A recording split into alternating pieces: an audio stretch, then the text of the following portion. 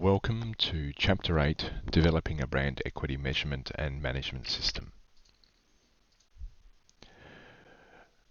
So what we'll look at is return on marketing investment, creating an understanding of analytic dashboards as a tool for monitoring performance and what this means for brand investments. We'll look at the two main steps in conducting a brand audit and how to execute a digital marketing review. We will look at how to design, conduct and interpret a tracking study, and also the steps in implementing a brand equity management system. So an overview of the chapter is the concept of a brand equity measurement system is introduced.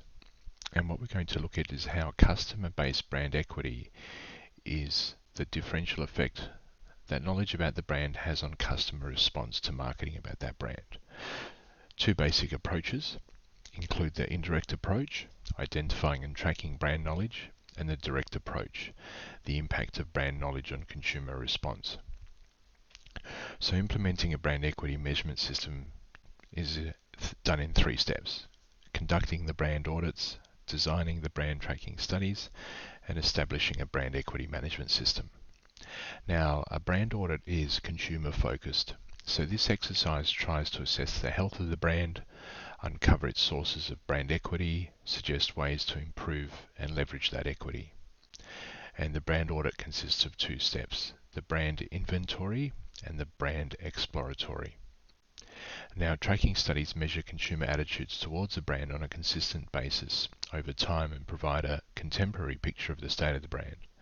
So 5 key measures can be used to capture the consumer mindset: brand awareness, brand associations, brand attitudes, brand attachment, and brand activity or experience.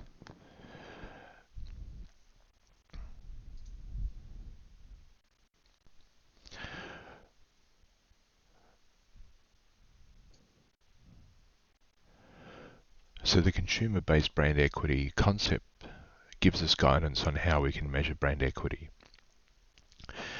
And CBBE is the differential effect that knowledge about the brand has on the customer response to marketing of that brand.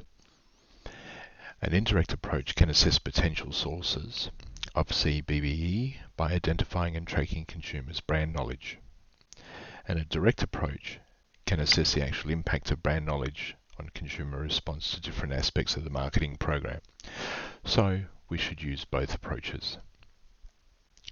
Now, brand equity measurement system is a set of research procedures designed to provide us marketers with timely, accurate, and actionable information about brands, so we can make the best possible tactical decisions in the short run and strategic decisions in the long run.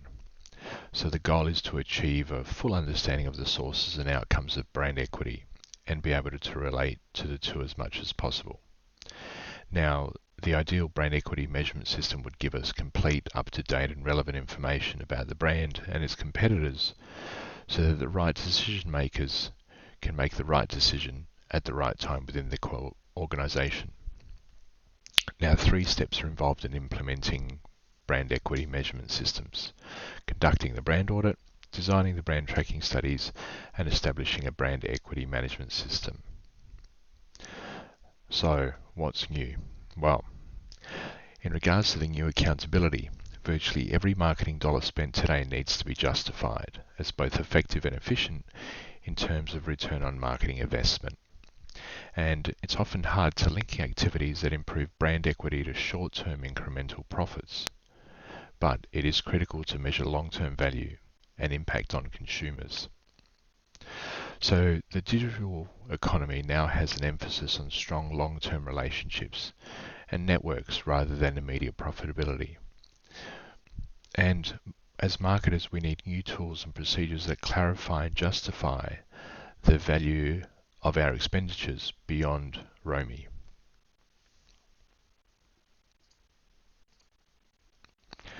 Conducting brand audits. So our brand audit is a comprehensive examination of a brand to discover its sources of brand equity. And they're designed to learn how consumers think, feel and act towards brands and products so the company can make informed strategic positioning decisions. A marketing audit is a comprehensive, independent, systematic examination that takes place at specific time intervals to learn about the marketing environment, the objectives, the strategies and the activities with a view of determining problem areas and opportunities. So the first step is agreement on objective, scope and approach. The second step is data collection, and the third step is actually doing the report and presenting that report. Now in contrast, a brand audit is a more externally consumer-focused exercise to assess the health of the brand, uncover its sources of brand equity, and suggest ways to improve and leverage its equity. Now, the brand audit can be a strategic direction for the brand, and this sets it so. Now, management should conduct one whenever important shifts in strategic direction are likely. And brand audits are particularly useful background where managers set up marketing plans. Brand inventory.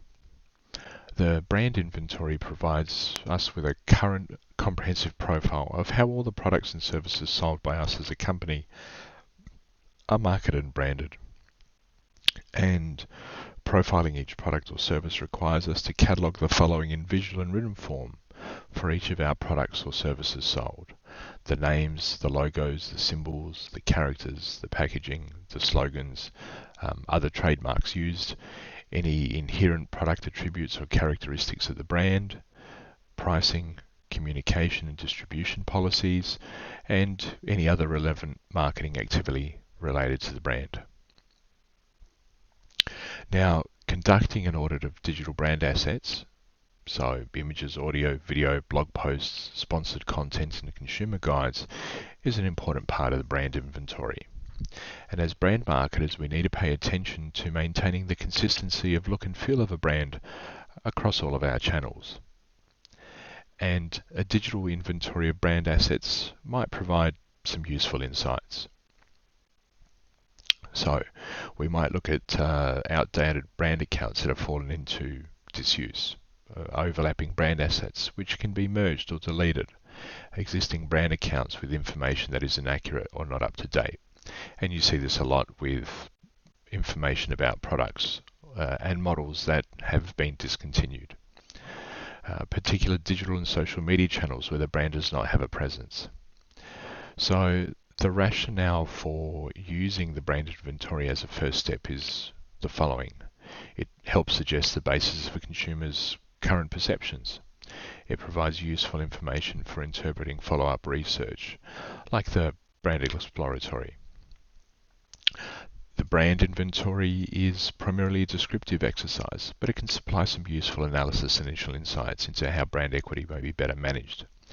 And as firms expand their products geographically and extend them into other categories, we might have deviations that emerge in brand appearance and marketing. And a brand inventory can reveal those. A brand inventory can reveal a lack of perceived differences among products that share the same brand name, like line extensions or other sub-brands that are redundant, which is not desirable because it can confuse consumers or lead to retailer resistance. Brand exploratory. Consumer perceptions may not reflect what the marketer intended. So therefore, the second step of the brand audit is to provide detailed information about what the consumers actually think of the brand by means of the brand exploratory. And here there are several useful activities. We might use prior research studies. They may exist and they might be relevant, so we might dig through the company archives. We might interview internal personnel to gain an understanding of their beliefs about consumer perceptions for the brand and competitive brands. And we might also do additional research, which might start with qualitative research and move on from there.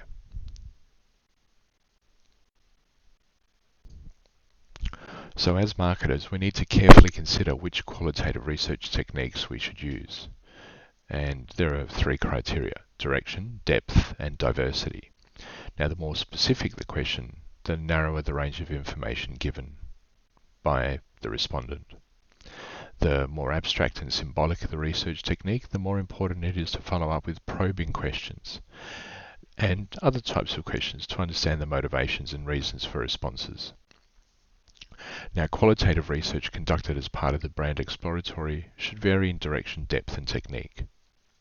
So, one useful outcome of qualitative research is a mental map, which portrays the salient brand associations and the responses for a particular target market.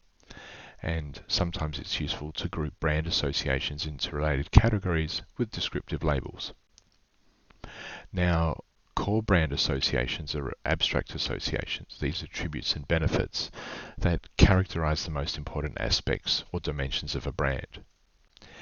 And core brand associations can serve as the basis for brand positioning in terms of how they create points of parity and points of difference that we discussed previously in lectures. Now, these brand concept maps elicit brand association networks from consumers and aggregate all these individual maps into a consensus map. And the brand elicitation stage identifies these brand associations by providing survey respondents with a set of brand associations used in the mapping stage. And the mapping stage is structured and has respondents use the provided set of brand associations to build an individual brand map that shows linkages and linkage strength. The aggregation stage is structured and analyzes individual brand maps step by step. So a formal digital marketing review can provide input to a brand audit, which could generate useful insights regarding a brand's online presence, which offers the following benefits. It can highlight whether a brand's digital efforts are received in online channels relative to competitors. It can help unlock customer-level insights and industry trends. It can provide useful inputs to brand strategy development and inform brand positioning. And it can act as a health check of the brand's digital marketing and social media strategy. Now, ongoing social media conversations can be successfully mined and summarized using the 5 C's related to brand conversations. The conversation channel, the conversation source, the conversation content, the channel-specific engagement, and context. So the advantages to brand positioning maps that are constructed from natural language processing or now even machine learning techniques relative to survey-based approaches include lower costs, information that is up to date, voluntary posts from consumers, and these voluntary posts overcome the typical biases associated with survey responses. Now, some of the disadvantages are social media data might only represent a segment of the consumers who engage with the brand online. So what about those that don't engage with the brand online? So it is more suitable only for those categories where offline consumption is limited.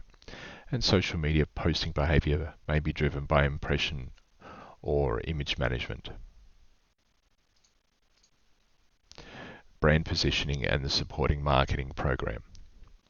Now, moving from the current brand image, as uncovered via the brand exploratory, to a desired brand image typically means adding new associations, strengthening existing ones, or weakening or eliminating the ones that we don't want anymore in the minds of consumers.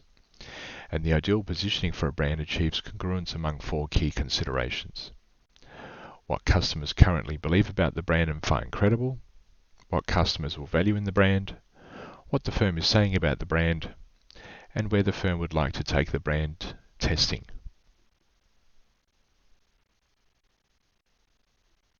Sorry, remove the word testing. Where the firm would like to take the brand.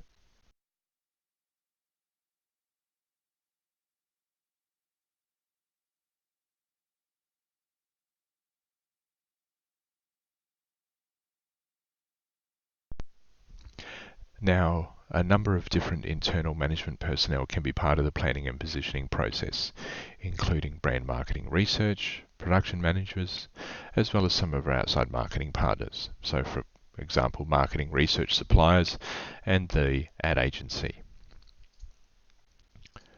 Designing brand tracking studies.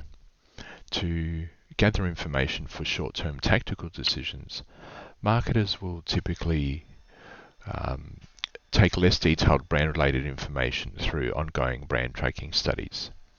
And these brand tracking studies collect information about consumers on a routine basis over time, usually through quantitative measures on a number of key dimensions that, as marketers, we can identify in the brand audit. And as more marketing activity surrounds the brand, as the firm introduces brand extensions or incorporates increasing activity and variety of different types of communication options in support of the brand, it becomes very difficult and expensive to research each one. So tracking studies play an important role by providing a consistent baseline to facilitate day-to-day decision making. So what do we track? What to track? It's usually necessary to customize tracking surveys.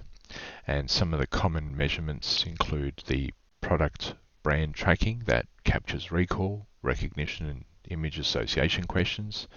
So benefit associations often represent key points of parity or points of difference. And as marketers, we may want to measure the attribute beliefs that underlie the benefit beliefs to better understand any changes in benefit beliefs for a brand. And marketers should assess key brand associations that make up potential sources of brand equity on the basis of strength, favorability, and uniqueness, in that order. And as marketers, we also need to track more general higher level adjustments, the feelings and other outcome related measures. As marketers, we may want to track the corporate or family brands separately or concurrently with individual products. So when a brand is associated with multiple products, it is important to know which brand the brand reminds consumers of and which products are most influential in affecting consumer perceptions of the brand. Now, to identify influential products, we should ask our consumers which products they associate with the brand on an unaided basis. And if tracking covers diverse geographic segments, then we need a broader set of background measures to put the brand development in those markets in the right perspective. Now, in regards to big data and marketing analytic dashboards, with the growth of mobile payments such as Apple Pay and all the other systems that we have, and the rise of networks of data gathering sensors, there are troves of data which now enables us to have continuous tracking. Social media data has been a source of data that facilitates a trend towards continuous tracking now. Marketing analytics dashboards. Now, marketing analytic dashboards are ways of communicating important metrics and making them available through the organization.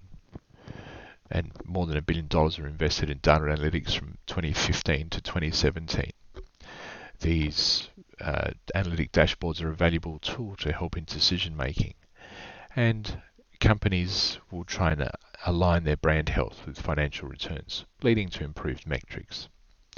So while the financial return can be high, marketing analytics within the organization sometimes do not reach the right people with the right insights.